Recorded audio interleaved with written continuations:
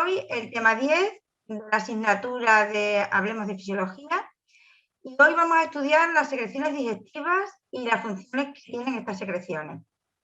En el tema anterior estuvimos viendo todo lo que era la motilidad del tubo digestivo, desde la ingesta de alimentos hasta la defecación, y hoy vamos a ver las 5 secreciones digestivas que se van a producir a lo largo de todo el tubo digestivo. Vamos a empezar por la secreción salival, luego la gástrica, luego la pancreática, la intestinal y terminaremos con la secreción biliar. Veremos los aspectos más importantes de cada una de las secreciones y sobre todo la función que tiene cada una de ellas. Pues vamos a empezar con la secreción salival. Lo que se produce en la boca, la saliva. Tenemos varios tipos de glándulas salivales, las parótidas, que son las que se inflaman cuando había la parotiditis, las paperas, las submandibulares o también submaxilares, que están por debajo del maxilar, y luego las sublinguales, que están debajo de la lengua. Las parótidas van a ser las que van a producir un componente importante desde el punto de vista digestivo, que es la tialina, porque va a digerir un carbohidrato complicado, va a digerir el almidón, que es un carbohidrato formado por varios azúcares, y entonces pues, lo va a romper en azúcares más sencillos. Las submandibulares producen una secreción pues, más bien fluida, y las sublinguales lo que produce es una especie de moco que hace que esa saliva sea un poco viscosa y lubrifique la boca y proteja toda la cavidad bucal. La saliva, pues todos sabemos que es un compuesto más o menos líquido, pero un poco viscoso, que tiene una gran cantidad de agua, pero también de iones. Tenemos sodio, tenemos potasio, tenemos cloro, y muy importante, y por eso lo subrayo, el bicarbonato. Vamos a ver en todas las secreciones digestivas que se producen en nuestro tubo digestivo, exceptuando la secreción digestiva del estómago, que como veremos es ácida, todas las demás van a llevar bicarbonato. El bicarbonato lo que hace es neutralizar la acidez, hacer que el pH sea más básico, es decir, lo que va a hacer es contrarrestar la acidez que se nos va a producir en el estómago. Luego, todas las secreciones, exceptuando la del estómago, llevarán bicarbonato. Y ese bicarbonato nos ayudará a neutralizar la acidez gástrica. Tenemos de enzimas, que hemos dicho, tialina fundamentalmente para digerir el almidón y alguna pequeña cantidad de otras enzimas, algunas lipasas, algunas lisosomas, pero que son poco abundantes. También tenemos un buen componente mucoso, eso es importante porque así se nos pega por toda la cavidad de la boca y evita que se nos produzcan úlceras. Aparecen algunas pequeñas células del sistema inmunológico, linfocitos, o también células descamadas, de la descamación de las que se van envejeciendo de la boca, también la podemos encontrar en la saliva. Lo importante de la saliva, sus funciones. Lo primero, lubrificar. Gracias a la saliva, pues nosotros somos capaces de masticar y deglutir. Hay veces que si lo que estamos comiendo, por ejemplo, es un fruto seco que es muy duro, un trozo de pan, debemos de masticarlo más tiempo para que se mezcle bien con la saliva, porque si no está bien lubrificado eso que vamos a tragar, al tragarlo nos podemos hacer daño. Y no solamente nos podemos hacer daño, sino que al hacernos daño, tragamos mal y puede ser que nos atragantemos. Por eso la misión lubrificante es buena, porque aparte de facilitar la masticación, también favorece la deglución. Acordaros que la deglución era tragar que pase desde la boca hasta el estómago. O sea, la deglución tenía varias etapas, faringe, esófago, y que ese bolo alimenticio llegara hasta el estómago. También, por ese moco, por esa mucina que tiene la saliva, aparte de ayudar a formar ese bolo alimenticio que vamos a tragar, también tiene una misión importante, y es que nos permite que seamos capaces de degustar, de saber el sabor, de notar el sabor de los alimentos. La saliva solubiliza la sustancia que tienen los alimentos que nos producen los sabores, el dulce, el amargo, el salado, el ácido. En la lengua vamos a tener diferentes zonas para los diferentes sabores. Si no existiera la saliva, no tendríamos sabor, no seríamos capaces de que esos botones gustativos que tenemos en la boca detectaran nuestros sabores. También nos protege y nos hidrata, incluso cuando no estamos comiendo, la boca no está seca, salvo que estemos deshidratados. Porque esa función protectora, por ejemplo, si tomamos algo irritante, picante, etcétera, se produce más saliva para protegernos la cavidad bucal. Como propiedad digestiva, insiste solamente esta descomposición, esta alfa-amilasa, esta tialina, que lo que hace es descomponer el almidón en otros azúcares más sencillos para que luego sean tratados en otros tramos del tubo digestivo. Hay algo de lipasa, de lo que digiere los lípidos, pero muy poco. Solo, por ejemplo, sabemos que algunas pastillas somos capaces de ponerlas en la boca y rápidamente se disuelven y se absorben. Son porque son atacadas por esta lipasa y se absorben rápidamente. Pero son cosas excepcionales porque la cantidad es muy pequeña y depende pues, de la flora bucal que tenemos, de algunas células de la boca, etcétera, que producen esta enzima. Propiedades antibacterianas también son muy importantes. Vamos a encontrar dos componentes, la lisocima y el ácido tiocianato. Al final estos son productos que impiden el crecimiento de las bacterias, rompen la pared de las bacterias y entonces impiden porque se nos formen caries, infecciones en la boca, etc. Tener en cuenta que todo lo que nos llevamos a la boca no está esterilizado. Ahora porque nos limpiamos mucho las manos, nos echamos muchos antisépticos, pero antes de la pandemia muchas veces cogíamos una pieza de fruta, nos la llevábamos a la boca y las manos no nos las habíamos lavado previamente, o incluso la fruta tampoco. O cogíamos cualquier cosa, una bolsa de patatas o lo que sea, y sin habernos lavado las manos nos poníamos a comer. O los niños pequeños están en el parque, se llenan las manos de tierra y bueno, pues a veces las madres pues le limpiamos con unas toallitas en las manos, pero hay veces que no nos damos cuenta y el niño se puede llevar a la boca pues las manos sin estar lavadas. Entonces, bueno, pues gracias a esta sustancia que tiene la saliva, que son antibacterianas, pues nos evitamos muchas infecciones que tendríamos recurrentes.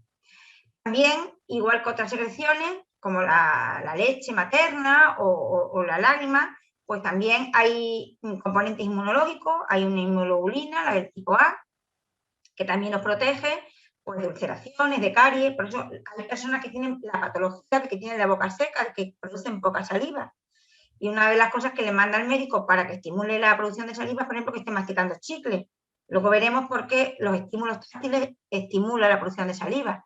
Porque cuando la boca está seca es más frecuente que se produzcan ulceraciones. En personas mayores que están deshidratadas, en niños pequeños, es muy frecuente que si están deshidratados, pues empiezan a salir grietas y heridas en la boca.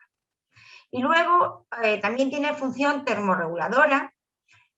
Nosotros, por ejemplo, cuando vamos andando deprisa o estamos haciendo ejercicio o estamos corriendo, abrimos la boca y esa saliva que se va evaporando, pues nos refrigera un poco el cuerpo, ¿no? Tiene esa función termorreguladora.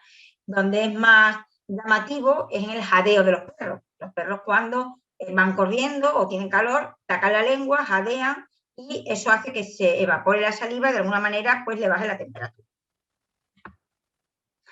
¿Cómo se controla esta secreción de la saliva? Bueno, pues como toda función vegetativa, se va a controlar todo el tracto digestivo por ese sistema nervioso intrínseco o entérico que vimos que tenía el tubo digestivo, pero también por ese sistema vegetativo, ese simpático y parasimpático, que ya lo hemos nombrado muchas veces, y que siempre hemos dicho que hacen funciones opuestas. Acordaros, por ejemplo, el corazón, el simpático nos daba la taquicardia, nos lo aceleraba, y el parasimpático lo disminuía.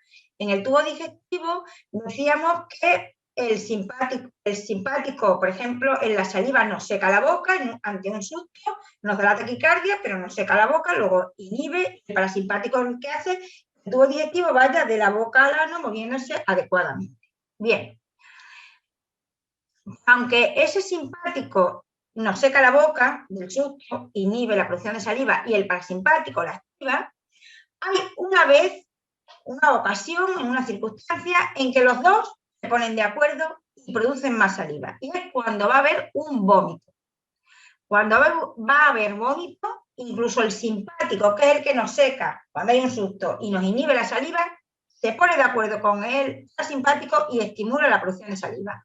Uno produce una saliva más líquida y otro una saliva más espesa. ¿Por qué? Porque el vómito nos produciría ulceraciones y daño en la boca. Es un producto muy ácido que va a salir.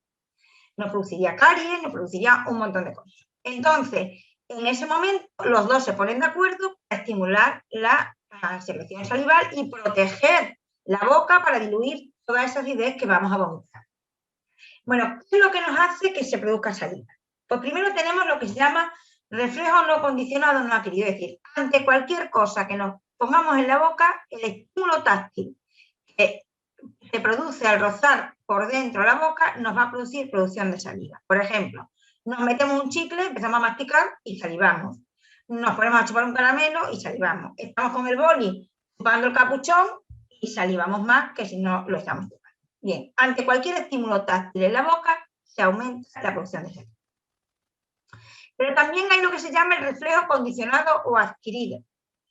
Esto es el que se desencadena por estímulos de visión, de audición, el olfato, es decir, nosotros entramos en un sitio donde nos huele a comida, vemos la comida, escuchamos el cacharreo de la comida, etc. Y si encima tenemos hambre, pues, bueno, se dice vulgarmente, se me hace la boca agua, ¿no? Bueno, pues esto se estudió por un filósofo, el reflejo de Paulot. De hecho, se estudia en los libros de texto en filosofía, como un reflejo condicionado, que es asociación de ideas. Es decir, a un perro le ponían la comida y el perro salivaba, nada más ver el plato con la comida. A continuación, se ponía un sonido, una campana, justo antes de poner el plato.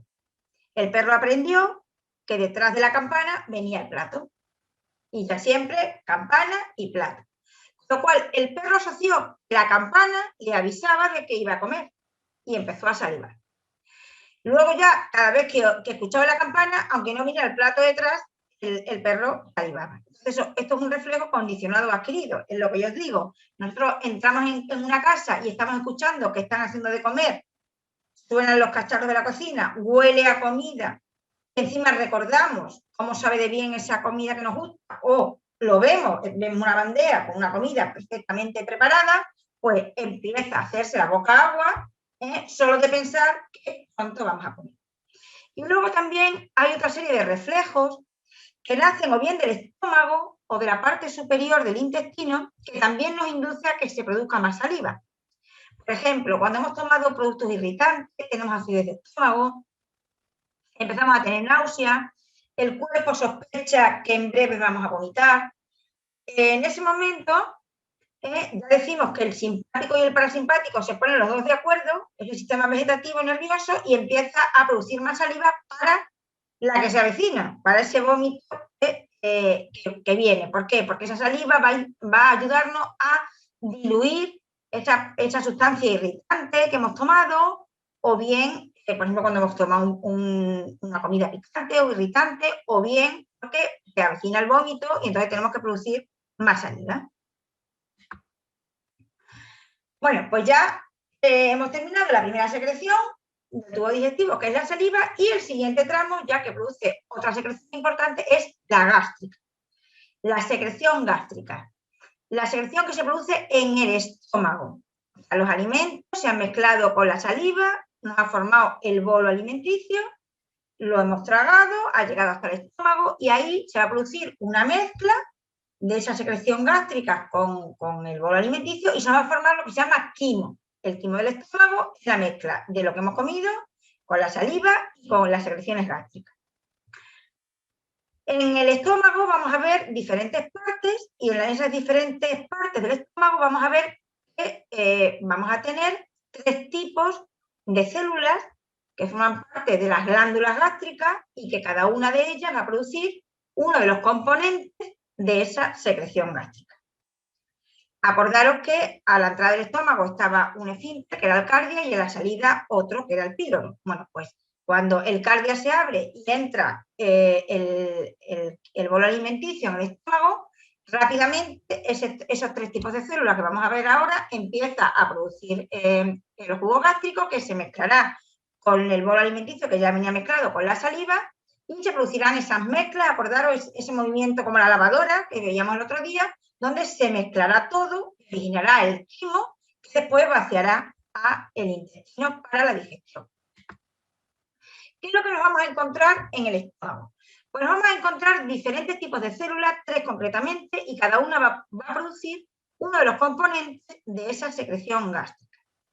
Tenemos las primeras que se llaman las parietales osínticas, que son las que se van a encargar de producir el ácido clorhídrico. El ácido clorhídrico es el componente estrella de la secreción gástrica, el clorhídrico. Hecho que cuando vomitamos está súper ácido. El ácido clorhídrico, pero también una cosa importante, y es que el estómago, aparte de ácido clorhídrico, estas células van a producir un factor que es necesario para la absorción de la vitamina B12. La vitamina B12 es necesaria para no tener anemia, un tipo de anemia que es la anemia perniciosa. Cuando nos faltan este tipo de células, están averiadas, aparte de no producir el clorhídrico bien, pues tampoco producen este factor intrínseco necesario para la absorción de la vitamina B12. A veces la anemia se produce porque falta este factor que ayuda a la absorción de esta vitamina y se produce la anemia perniciosa. Luego las parietales o osínticas, las primeras células gástricas, producen el clorhídrico. Hay otras que van a producir pepsinas, se llaman principales o peptídicas, producen pepsina, que es una enzima que va a romper las proteínas, una enzima proteolítico. Las proteínas, una cadena, digamos, muy larga, pues rompe las proteínas en cadenas más pequeñas para que luego esa proteína, los aminoácidos puedan absorberse, que son los componentes de esas proteínas. Eso forma parte de una secreción más básica. Y luego tenemos también otro tipo de células, que son las mucosas, que producen moco, mucina, que es un componente mucoso. Es decir, tenemos un componente ácido, el clorhídrico, un componente básico que está constituido por la enzima que rompe las proteínas y también por moco. Pero también, igual que en la saliva, nos vamos a encontrar otros muchos iones, sodio, cloro, calcio, mucha agua, etc. Y aquí el componente estrella, como ya digo, es el clorhídrico. Aquí no vamos a tener bicarbonato. En todas las demás secreciones vamos a tener bicarbonato, pero aquí no. Aquí es secreción ácida. En el resto de las secreciones que vamos a ver, sí hay bicarbonato para compensar precisamente la acidez del estómago. Cuando estamos en ayuno, algo de clorhídrico se produce, pero es más, la secreción del estómago es muy pequeña, menos ácida, más espesa, más viscosa. Mientras que después de la comida, que es cuando necesitamos este clorhídrico para partir esas proteínas, pues entonces ya la acidez es más elevada y la secreción es mucho más acuosa. Porque para que la pepsina, esa enzima que rompe las proteínas, actúe, se necesita un pH muy ácido, es decir, se necesita una acidez enorme en el estómago. Porque es una hidrólisis que se dice que es ácida y antiséptica. También esa acidez nos permite que alguna bacteria o alguna cosa que hayamos tomado, porque evidentemente no la hemos esterilizado, como yo decía antes, y no todo lo que llega al estómago está esterilizado y está limpio, la mayoría de las cosas, esa acidez que hay en el estómago se lo cargan. Luego también es un mecanismo de esterilizar un poco lo que estamos tomando. Entonces es importante aquí esta secreción gástrica, esa acidez que nos permite, ¿vale?, romper esos componentes proteicos. ¿Qué es lo que hace el omeprazol? Que muchos de vosotros lo conocéis porque todo el mundo hemos tomado omeprazol en algún momento, o lo estamos tomando, es decir, lo que se llama los protectores gástricos. Digo omeprazol porque es el más conocido como cualquier otro, ¿eh? El pantoprazol también se utiliza ahora mucho, pero bueno, los protectores gástricos, me da igual que sea omeprazol, pantoprazol, etcétera, son todos parecidos. ¿Qué es lo que hacen estas sustancias? Que lo que hacen estas medicinas te las mandan cuando estás tomando mucha medicación, o cuando tienes gastritis, o cuando tienes acidez. Bien, pues lo que nos hace es evitar que se forme mucho clorhídrico. Hemos dicho que el componente fundamental del estómago es el clorhídrico, que nos ayuda a trocear esas proteínas, pero claro, hay veces que, por ejemplo, estamos tomando muchos medicamentos y estimulan la producción de clorhídrico, entonces estamos produciendo mucho más clorhídrico del que necesitamos, y entonces pues nos da ardor o dolor de estómago. Pues estos protectores gástricos, fijaros qué fácil lo que hacen de entender. El ácido clorhídrico, tampoco hay que saber mucha química, veis ahí la fórmula CLH, Cl es cloro y H son hidrógenos. Bueno, lo que hace es quitar el H, quitar el hidrógeno. Bloquea los hidrógenos, no hay hidrógeno. Luego, si no hay hidrógeno, o queda el cloro solo, ya no se puede formar clorhídrico, o se forma menos. Si estamos produciendo más clorhídrico de la cuenta, por las circunstancias que sea, pues como ese protector va a quitar los hidrógenos, pues nos formará mucho menos clorhídrico. Este es el fundamento, ¿de acuerdo? ¿Cómo se regula esta secreción gástrica? Porque habrá cosas que hagan que se produzca más secreción gástrica, como hemos visto, por ejemplo, en algunos medicamentos, ¿no? Algunas medicinas que hacen que se produzca más clorhídrico de la cuenta, cuando estamos estresados, estamos nerviosos, en fin, tenemos una gastritis, hemos tomado algo que nos ha sentado mal, etc. Bueno, ¿cómo se regula en condiciones normales esa secreción? Siempre por el sistema nervioso del tubo digestivo y el parasimpático, que lo estimula en su justa medida para que se produzca lo que necesitamos, no más, no para que nos produzca una patología, sino para que podamos trocear estas proteínas, ¿vale? Para que nuestro estómago funcione bien, lo justo que necesitamos. También está regulado por dos hormonas gastrointestinales que son gastrina e histamina. Bueno, en condiciones normales, tanto la estimulación nerviosa como la gastrina y la histamina, pues lo que van a hacer es que se produzca el clorhídrico que necesitamos. Lo que pasa es que a veces se produce más clorhídrico de la cuenta. Por supuesto, se produce clorhídrico, pero también, tanto de la estimulación nerviosa como por gastrina e histamina, van a producir también pepsina, el componente ese necesario para trocear las proteínas. Bien, pues hemos dicho que la pepsina trocea las proteínas solo cuando hay acidez, cuando el pH es muy bajo, por eso necesitamos clorhídrico y pepsina. La gastrina se va a producir en la región del píloro, es decir, donde vacía el estómago. Donde vacía el estómago, ahí es donde se va a producir esa gastrina que estimula la producción de clorhídrico y la producción de pepsina para triturar las proteínas.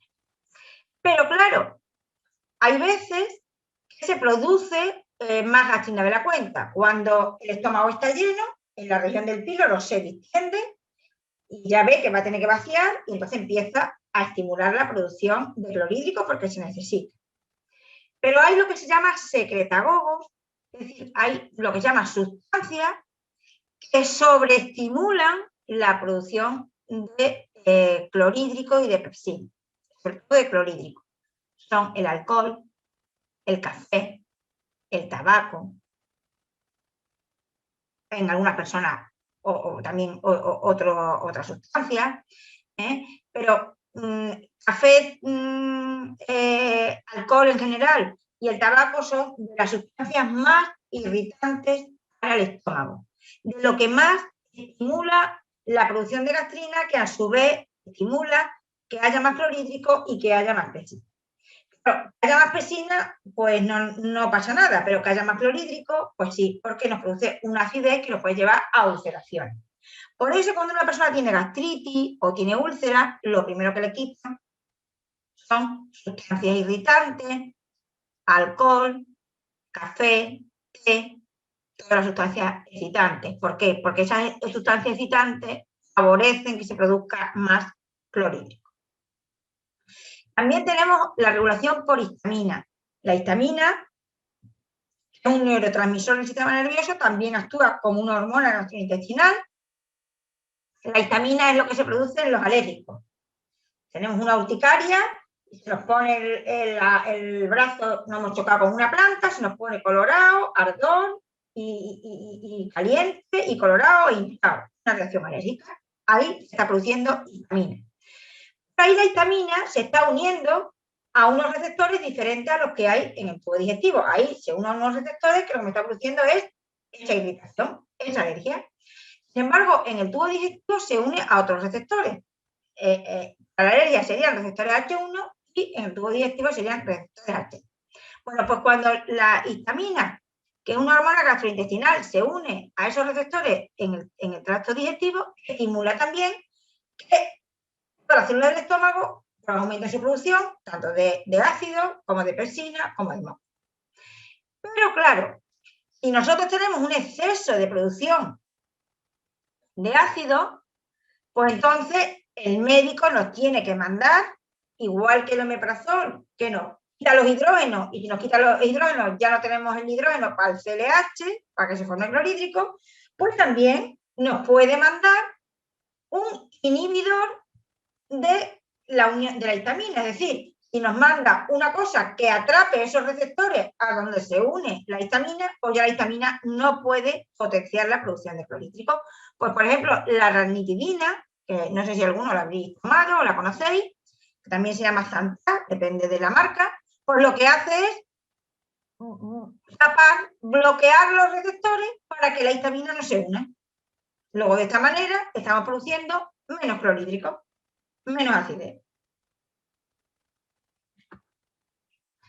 Bueno, pues pasamos a la tercera de las secreciones digestivas, que es la secreción pancreática. Podemos decir de forma vulgar, de forma coloquial, la secreción pancreática nos va a permitir digerir todo lo que comamos. Menos una piedra, somos capaces de digerir todo. Digamos, es la secreción digestiva más completa, la que nos va a permitir digerir prácticamente todo lo que comimos. Vamos a hacer un repaso de lo que hemos visto hasta ahora. Hemos visto la saliva, lo único que tiene como propiedades digestivas es degradar el almidón. El estómago, como propiedades digestivas, hemos dicho que tiene el clorhídrico necesario porque se necesita un pH ácido, y hemos dicho la pepsina, que lo que hace es romper las proteínas, proteínas más pequeñas para que luego se puedan digerir en el intestino, en el duodeno. Luego, entonces, la tialina, que degrada el almidón en la saliva, clorhídrico y pepsina para que haya una hidrólisis proteica ácida en el estómago. Y ahora pasamos a la tercera secreción, que se va a verter también al duodeno, que es la secreción pancreática, y que, insisto, es la secreción que tiene más componentes necesarios para digerir cualquier cosa y que tengamos una digestión adecuada. El páncreas, digo, exocrino, porque ya veremos en los temas que nos faltan cuando estudiemos endocrino que el páncreas tiene dos zonas. Una que produce secreción digestiva, que es lo que vamos a ver hoy, que es lo que se llama páncreas exocrino, una secreción digestiva. Y otra parte del páncreas tiene lo que se llama la parte endocrina, que va a producir hormonas, como por ejemplo la insulina. Y esto ya lo estudiaremos en endocrino. Bueno, pues centrándonos en la parte exocrina, la parte que produce la secreción digestiva pancreática. ¿Qué es lo que lleva el jugo pancreático? Pues el jugo pancreático es un jugo, una secreción muy completa. Lleva tres componentes. Lleva uno hidroelectrolítico, que tendrá agua y electrolitos, iones. Lleva un componente importantísimo, que es el enzimático, que ya veremos enzimas de todo tipo para digerir cualquier cosa. Y lleva un componente mucoso. Vamos a ver cada uno de ellos. El hidroelectrolítico, o sea, agua y electrolito, agua y todos los iones, sodio, potasio, calcio, magnesio, importantísimo de nuevo el bicarbonato. Exceptuando en el estómago, decimos, todas las secreciones llevan bicarbonato. Porque tenemos que compensar esa superacidez que hay en el estómago. En el estómago se nos produce un clorhídrico de pH 1 o 2. Y para que la digestión se produzca bien en el intestino tenemos que llegar hasta 8. Luego, las demás secreciones tienen que aportar bicarbonato para aumentar la alcalinidad, para que el pH desde muy ácido pase a menos ácido hasta básico. Luego aquí tenemos un importante componente hidroelectrolítico y también muy rico en bicarbonato para empezar ya a contrarrestar la acidez que se ha producido en el estómago. El segundo componente importantísimo es el componente enzimático de la secreción pancreática. Aquí vamos a poder digerir casi todo, ya digo, menos una piedra, prácticamente todo vamos a digerirlo. Somos capaces de hidrolizar todos los alimentos que comemos. Mirad, hay enzimas proteolíticas que van a digerir las proteínas, lipolíticas que van a digerir los lípidos, las grasas, glucolíticas, todos los glúcidos, los hidratos de carbono, nucleotídicas, todos los nucleótidos, es decir, de cualquier tipo tenemos enzimas que van a digerir todos los principios activos que hay en todos los alimentos. Destacar la importancia también de las lipolíticas, ¿vale? Porque nos da la sensación que la grasa es mala y que toda la grasa que comemos es mala y que toda la grasa que comemos deberíamos de eliminarla porque es mala. No. O sea, el colesterol, la grasa es necesaria para formar, por ejemplo, muchas hormonas, para formar determinados componentes que son necesarios para nuestro organismo. Luego la grasa hay que digerirla y absorberla. Otra cosa es que tengamos exceso de grasa, pero una cantidad idónea de grasa es necesaria. Si no tuviéramos estas enzimas lipolíticas, toda la grasa la eliminaríamos, pero eso nos produciría, la eliminaríamos en las heces, pero eso nos produciría una enfermedad que se llama esteatorrea y además un déficit metabólico grande, porque la grasa, insisto, el colesterol, es el precursor de muchas moléculas necesarias de nuestro cuerpo, entre ellas las hormonas, que ya estudiaremos en los temas que nos quedan, dedicaremos dos temas al sistema endocrino, ¿vale? Y luego el tercer componente de esta secreción es el moco. Moco, que bueno, pues una sustancia mucoide y agua, que eso también nos permite recubrir el intestino para que esas paredes y esa mucosa intestinal no se irrite. ¿Cómo se controla esta secreción pancreática? Pues hemos visto igual que se controla la bala gástrica y también hemos visto cómo se controlaba la producción de saliva, pues en este caso de forma nerviosa, el parasimpático estimulando, el simpático nos seca la boca y nos seca todas las secreciones digestivas, o inhibiendo, y un importante componente de regulación hormonal. Si en el estómago hemos dicho gastrina e histamina, pues aquí vamos a tener dos hormonas gastrointestinales, que es la secretina y la CCK, o colicistoquinina, el nombre es lo de menos, no hace falta que eso lo tengáis que retener, pero también hay dos hormonas muy importantes que se producen en el intestino, que son las que estimulan que se produzca esta secreción pancreática. Es decir, cuando el quimo del estómago pasa al duodeno, la existencia de grasas, de proteínas, etcétera, llama enseguida un estímulo al páncreas para que vacíe su contenido al duodeno, que ayude a digerir todo eso que ha caído. Y este estímulo viene por parte de estas hormonas que detectan grasas, proteínas, etcétera, en el duodeno y estimulan rápidamente que el páncreas vacíe su contenido al duodeno y comience el proceso de digestión. No sé si algunos conoceréis el pancreoflag, que también es otra medicina usualmente utilizada. El Areorre se utiliza más solo para gases. El Areorre para cuando hay gases, ¿no? Muchas veces los gases porque comemos muy deprisa, hablamos mientras que comemos, ingerimos con mucha ansiedad mucho aire mientras que comemos, y eso pues nos produce lo que se llama aerofagia, ¿no? Porque hemos deglutido con mucho aire.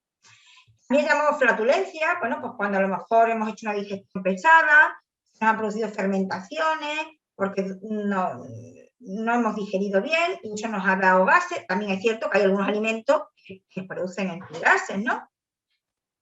Bueno, pues hay veces que toda esa pesadez de estómago, esos gases, con un tipo de red que lo que quita es los gases simplemente, disuelve los gases, pues es suficiente. Sin embargo, hay veces que lo que nos mandan es pancreoflag, porque el pancreoflag tiene en su composición no solamente para romper los gases, sino también tiene componentes de la secreción pancreática, tienes algunas enzimas pancreáticas. Porque hay veces que las personas digieren mal, pues porque su páncreas es un poco perezoso y no produce todas esas enzimas proteolíticas, lipolíticas, etcétera, etcétera, que hemos visto antes.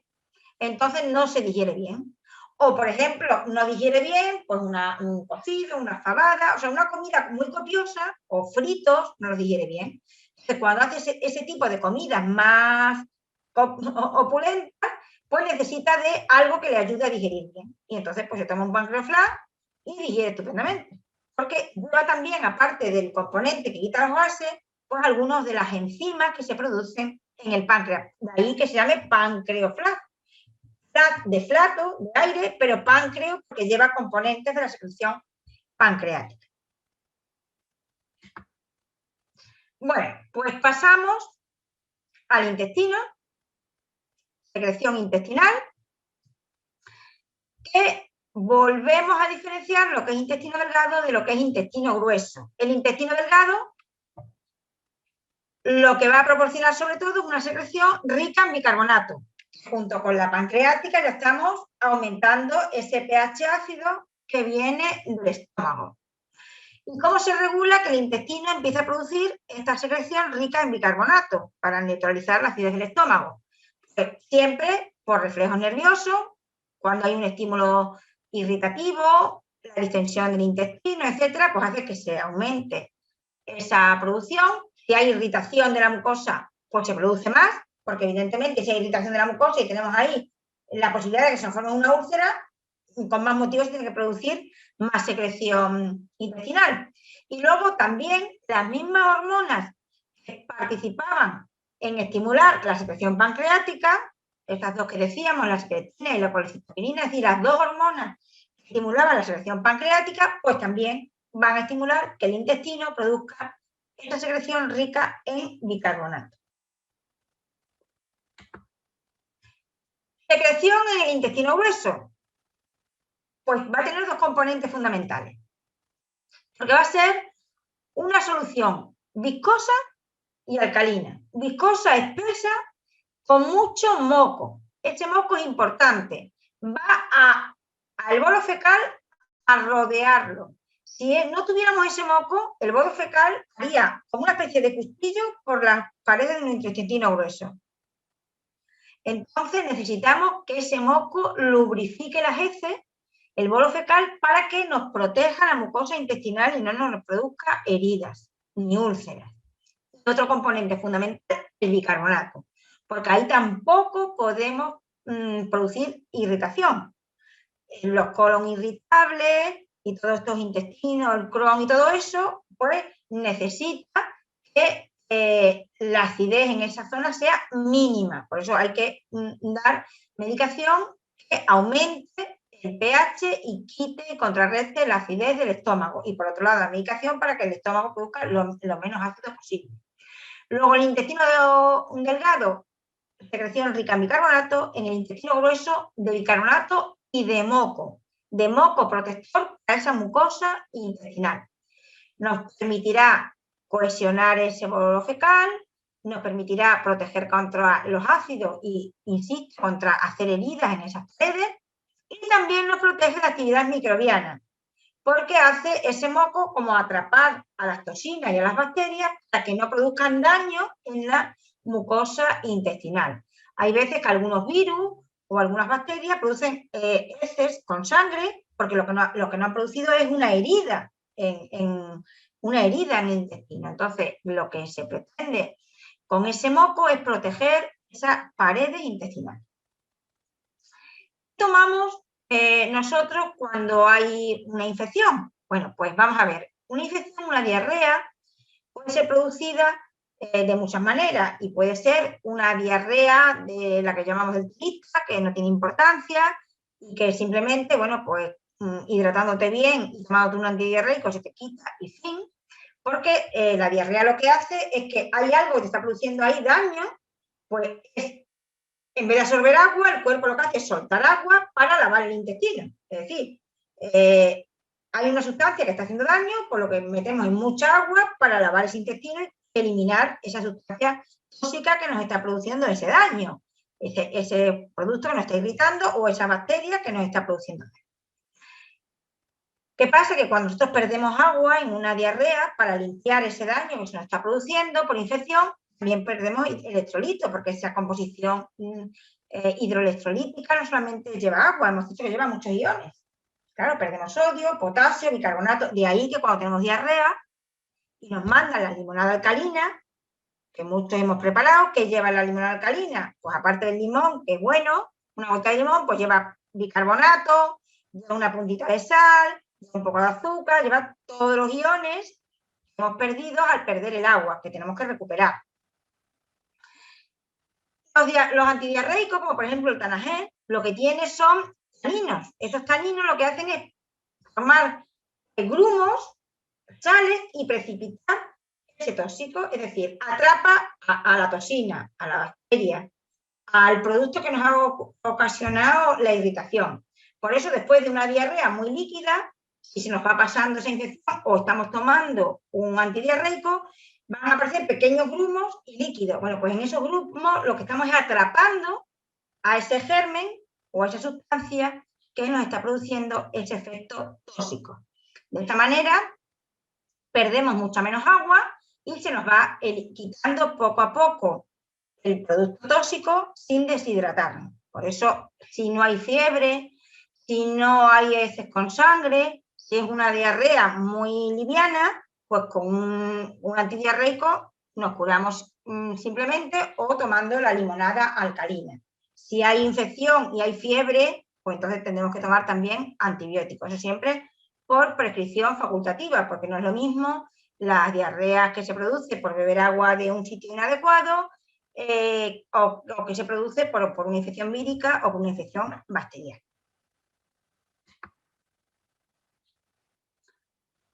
Y la última de las secreciones digestivas que nos ayudará a digerir y absorber los alimentos es la secreción biliar. La secreción biliar se va a producir en el hígado. La bilis se produce en el hígado, pero se va a almacenar en la vesícula biliar. Y la vesícula biliar no solamente se va a almacenar, sino que además se va a concentrar.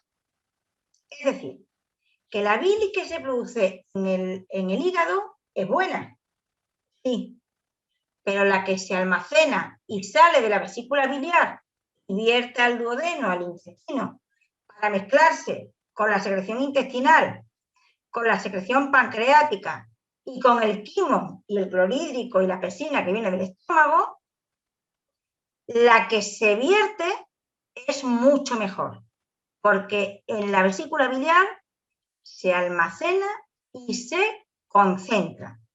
Si se concentra, lo que quiere decir es que tiene mejor calidad, mejores funciones. La bilis deriva del colesterol, para que veáis la importancia que es tomar algo de grasa. Deriva del colesterol, de la grasa. Es un líquido amarillento, verdoso, de sabor amargo, pero alcalino, no es ácido. Aunque sea amargo, lleva bicarbonato. Menos en el estómago, que es una gran acidez, las demás secreciones llevan bicarbonato. Aunque la bilis sea amarga, es alcalina, no es ácida, también lleva bicarbonato. A nivel de la vesícula biliar se concentra porque se absorbe agua. Luego, si se absorbe agua en la vesícula mientras que está almacenada, la que vierte al intestino es mucho más concentrada que la que se produce en el hígado. Para que entendáis, imaginaros que en el hígado se me produce un detergente de marca blanca. Ese detergente de marca blanca que se me produce en el hígado se me almacena en la vesícula biliar. Le retiramos agua y nos queda un detergente más concentrado, Fairy concentrado. Esa es la diferencia de la bilis que se produce en el hígado, detergente marca blanca, y de la que se produce, se almacena y se concentra porque se retiene agua en la vesícula biliar, que es la que se va a vaciar al intestino, sería ya el Fairy concentrado. Luego la calidad de la bilis que se produce en la vesícula biliar es mejor. Dicho esto, preguntaréis, bueno, ¿y qué pasa entonces a una persona que le quitan la vesícula biliar? Pues que deja de tener Fairy y solamente tiene marca blanca. Con lo cual, tiene pues un detergente de peor calidad. Con lo cual, a lo mejor digiere un poco peor. Hay cosas que no las puede comer porque no las digiere bien. Como por ejemplo las grasas. Pues claro, si yo tengo que limpiar la paellera de Villarriba a Villabajo o con Fairy o con marca blanca, uno me lo limpia estupendamente y el otro me queda un poco de grasa. Pues exactamente igual. Si te quitas la vesícula biliar, pues vas a tener ciertos problemas de que mucha grasa no eres capaz de digerirla bien, ¿vale? No pasa nada. Pues, o te mandan una medicación o hay determinadas cosas como los fritos que no debes de comerlo. Pero no pasa nada, sigue viviendo sin la vesícula biliar. Porque las funciones de la bilis es la de ayudar a digerir y absorber la grasa. Si no hay bilis, las grasas ni las podemos digerir ni las podemos absorber. O sea, ni se eliminarían todas en las heces. No podíamos ni digerir, ni solubilizar esa grasa, ni, por supuesto, tampoco absorber. Ahora bien, ¿qué es lo que tiene la bilis para que tenga estas funciones? Bueno, pues la bilis tiene varios componentes, tiene sales biliares, tiene pigmento, tiene electrolitos y tiene nutrientes. El componente fundamental de la bilis son las sales biliares, que es lo que procede del colesterol, es lo que hace que la bilis haga esa función. O sea, uno de los componentes de la bilis, las sales biliares, es lo que le da la función a la bilis. También la bilis lleva pigmento, como es la bilirrubina. Todo el mundo conoce la bilirrubina, que es de color amarillento, que es lo que hace que la gente que tiene problemas hepáticos se le ponga la piel amarilla, porque hay un exceso de bilirrubina que no se está eliminando convenientemente. O a veces esa bilirrubina se oxida y tiene un color verdoso, que es la biliverdina.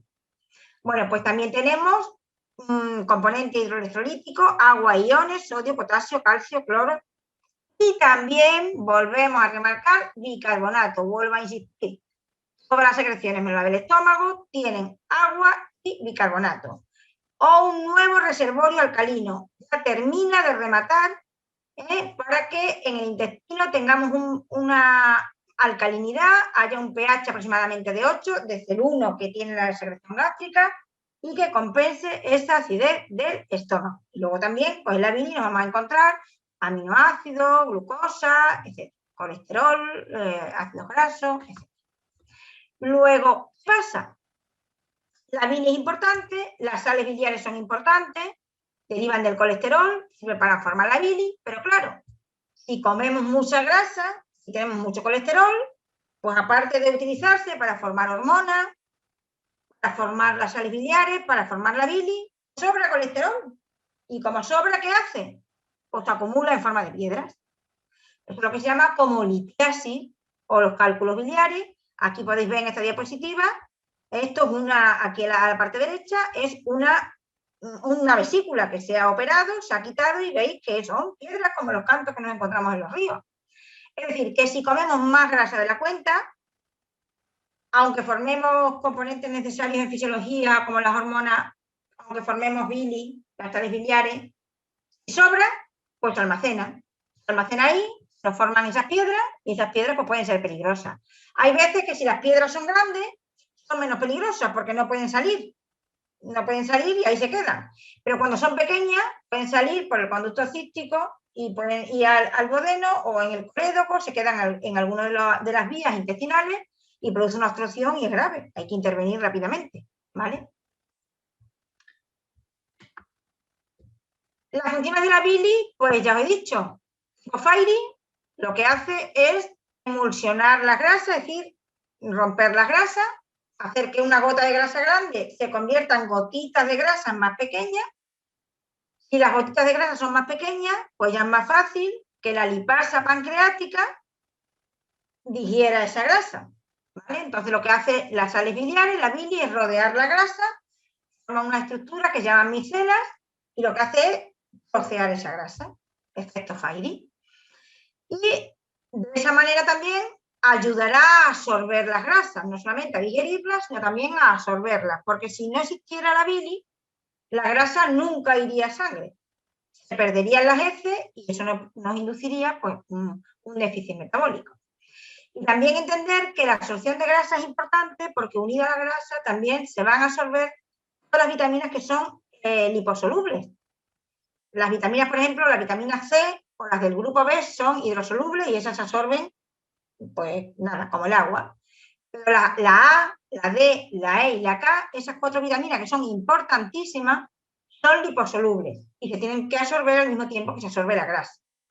La A es necesaria para la vista, la D es necesaria para el crecimiento, si no nos produce raquitismo, la E tiene una importante función antioxidante y la K la necesitamos para la coagulación. Luego, cuando compréis productos desnatados, que sea un poquito de mejor calidad, porque los productos desnatados han perdido todas las vitaminas en el proceso de desnatación. Por eso, cuando compréis productos desnatados, mirad que lleve con vitamina A, D, E y K añadidas, porque las que le han añadido son las que se han perdido en ese proceso de desnatación, ¿vale? Si no, lo que estáis tomando no tiene ningún valor vitamínico, porque se ha perdido. Bueno, la secreción biliar se regula pues exactamente igual que las demás, un componente nervioso y también un componente hormonal, que son las mismas hormonas que hemos visto que controlan la secreción gástrica, la gastrina, y también la secreción pancreática y la secreción intestinal, la secretina y la colecistoquinina. Es decir, las mismas hormonas que hay intestinales que controlan que se produzca secreción gástrica, secreción pancreática y secreción intestinal, pues también se estimulan para que produzcan secreción biliar. Es decir, cuando vacía el estómago, todas esas secreciones se estimulan, vierten al duodeno para ese proceso de digestión y de absorción de los nutrientes. Luego, como veis, entre lo que bebemos, lo que comemos y las secreciones digestivas, que son entre 7 y 7,5 litros de todas las secreciones digestivas, salival, gástrica, intestinal, pancreática y biliar, tenemos unos 7 o 7,5 de litros en el tubo digestivo de la mezcla de todas las secreciones, como viene ahí. Importantísimo, por eso os señalo el pH, que menos a nivel del estómago, que el pH es ácido. El resto de las secreciones tienen que llevar bicarbonato porque hay que aumentar ese pH para que no nos produzca daño intestinal. Y aparte de lo que nosotros producimos como secreciones del tubo digestivo, pues también habría que añadir lo que bebemos, lo que comemos, lo que sudamos y lo que va en las heces, y lo poquito que va en las heces y lo que va en la orina. Entonces, bueno, en nuestro tubo digestivo hay unos 10 litros que se va moviendo al día, teniendo en cuenta que de esos 10 litros, aproximadamente entre 7 y 7,5 son de los que se producen en las 5 secreciones digestivas que hemos visto. Y lo último ya que quedaría a nivel intestinal sería la absorción. Ya hemos digerido con todas estas enzimas que hemos producido, con todas estas secreciones, y el siguiente paso es la absorción de los nutrientes, absorción de aminoácidos, de hidratos de carbono, de azúcares, de lípidos, etc. Y de iones y de todo, de agua y de todo. Y esa absorción pues ocurre en el intestino, en diferentes tramos del intestino, fundamentalmente el intestino delgado para la absorción de nutrientes, el intestino grueso para la absorción de agua. Y para eso, pues como veis en el dibujo de arriba, en la parte izquierda, hay como una especie de ventosas de dedos en la mucosa intestinal, como si fueran unos dedos que se mueven. En la parte derecha lo tenéis puesto desde el punto de vista histológico, como se vería al microscopio. Y eso lo que hace, que son lo que se llama borde de cepillo, como si fuera una aspiradora, o vellosidades intestinales, que lo que hacen es absorber, chupar los diferentes compuestos de nuestros alimentos, y la parte del intestino grueso se dedicará a la absorción más de la parte líquida, de la parte agua. Bueno, pues hemos terminado este tema de las secreciones digestivas y nos vemos el próximo día, donde empezaremos a estudiar las hormonas que regulan nuestro cuerpo y el sistema endocrino. Pues encantada, buenas tardes, hasta el próximo día. Adiós.